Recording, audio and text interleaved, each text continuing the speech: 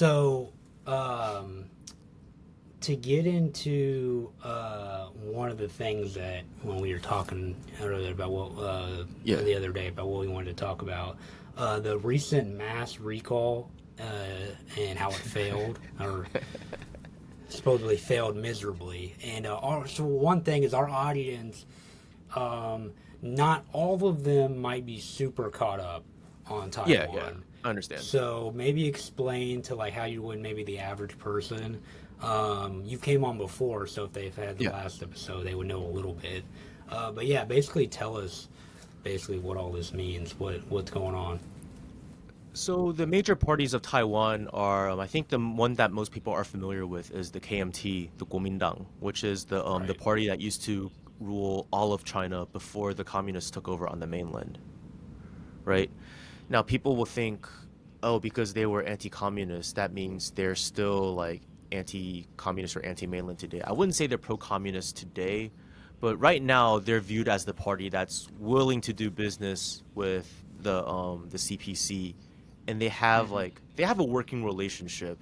Let's just put it that way. So it's a question like, are they like the least anti? Are they like the least anti mainland China or CCP party? That's how they're perceived. I think Okay. I think ideologically they're still not like pro-communism, but they Mm. recognize the economic reality and that doing business with them is necessary, and they're willing to put aside differences to further, integrate the economies. But at the end of the day, they're still a pro-US anti-communist party, but they're at least willing to work within a framework that the CPC finds agreeable, which is the KMT's position is this. Okay, we agree there's one China. We're not going to agree whether or not this one China is the People's Republic of China or the so-called Republic of China. But we can decide that at a later date. Let's just agree that we're one China and keep it vague. So, I Hmm. mean, this to the CPC is like, okay, we can we can work with that. I mean, you guys can still pretend that the Republic of China So like exists the when you're other in Taiwan. parties are so radical about it that the CCP looks at them as like they're not even work withable basically. Well, this is the thing. The CPC is willing to work with any party as long as they acknowledge that Taiwan is a part of China. Right. The DPP But does do not the want to other accept parties do this. that? Do the other parties want to acknowledge that or accept that? Well, the TPP, the Taiwan People's Party, the third party, hasn't been Hmm. incumbent at that high level yet, so we don't know what their attitudes about this thing really are because they're kind of a Big Ten party. You have people in that party that identify as Chinese. You have people in that party that are Taiwan separatists. That party is more like we want to deal with what's real first. We want to deal with people's needs before we deal with this ideological bullshit, this cross-strait stuff, because their ideas, this cross-strait stuff's not going to be solved today or tomorrow. Let's just work on people's immediate needs. Now the DPP, they were not founded. The Democratic Progressive Party, this original party, they were not founded initially as a Taiwan separatist party, but they became that. And originally, they were a Big Tent party made up of. Well, they grew out of a movement that was a Big Tent movement of all progressive forces against the KMT's martial law. It's one party like military dictatorship, right? And what they requested was, okay, the direct election of the leader. We want actual representation in high levels of government, because during martial law from 1949 until 1987, the situation was in Taiwan. The legislature was the same legislature that was elected back on the Chinese mainland back in I think 1946 or 1947, something like that.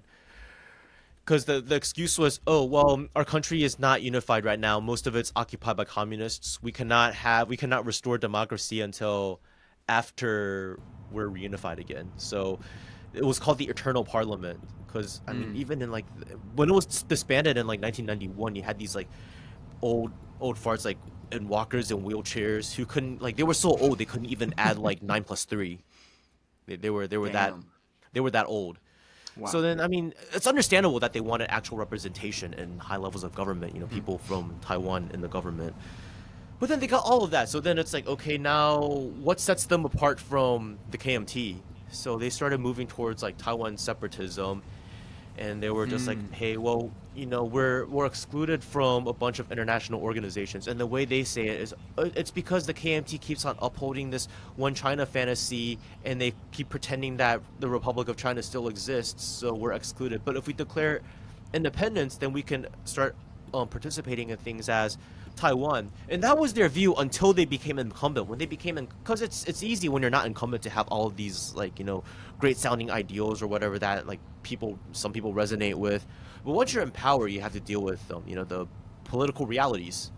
The political reality is America doesn't want you to actually declare independence, because they just want you to spread enough separatist ideas to make reunification difficult. They don't want you to declare independence, because the U.S. still needs to do business with China.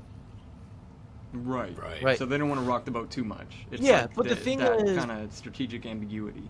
yes, exactly. But the thing is, the DBP now, because they dug themselves in that hole, now they're like their most hardline supporters are like these hardline Taiwan separatists who don't want to accept this fact that that like separatism isn't possible. And if the DPP wants to consolidate power, now what they do is they fearmonger and say, oh, the KMT and like their new TPP allies, they're all proxies of the CPC. Look, they're passing all of these policies. Who does it benefit? I mean, because recently there was a budget freeze. Like the DPP tried to pass a budget, and if you're the oppositional party and you're in the majority, you have the right to look through the budget and say, okay, how are you actually going to spend the money? That's within the power of opposition parties. Now, if the DPP were a normal political party functioning in a healthy liberal democracy, and liberal democracies are only as healthy as the economy is. Once you get to a certain condition, it reaches psychosis, a state of psychosis, which is what we're in right now. I mean, if you're normal, you would just be like, okay, we had a bad election this time. That means we're not going to pass all the laws we want. So we're going to work for better elections, next time. That's the normal mentality. You have like midterm elections or whatever. So, I mean, they got their budget like frozen because the opposition wanted to make sure how they're spending their money. So the DPP is like, oh, see, they're freezing the budget on behalf of the communists so that like our military budget's frozen so the communists can start attacking. But the thing is, even with the budget cuts, it's still the biggest budget we've ever had. But then the DPP is like, oh, because of these communists within our government, we can't pass our we can't do what we want anymore. We don't even have money to turn on AC in our offices, which is complete bullshit. Yeah. They have money to finance a music video for a local rapper here in Taiwan in support of the mass recall movement. You're not supposed to use the Ministry of Culture for that sort of partisan politics. They still had the money to do that anyways. So don't tell me, oh, it's about money or anything like that. It's just they're just butthurt that they don't have full control of the government. So they launched this mass recall. Yeah. So yeah, the mass recall is basically the incumbent DPP, the Democratic Progressive Party, trying to remove as many non-DPP politicians as they could. And in order to do that, every constituency needs to petition and get enough signatures, right? And once you get enough signatures, in order to you can have a vote, and it's like 10% of the constituency. Oh no, it's two conditions must be met. 25% of the voters in that constituency must vote for the recall, and the number of votes for the recall must outnumber the votes against the recall. Right.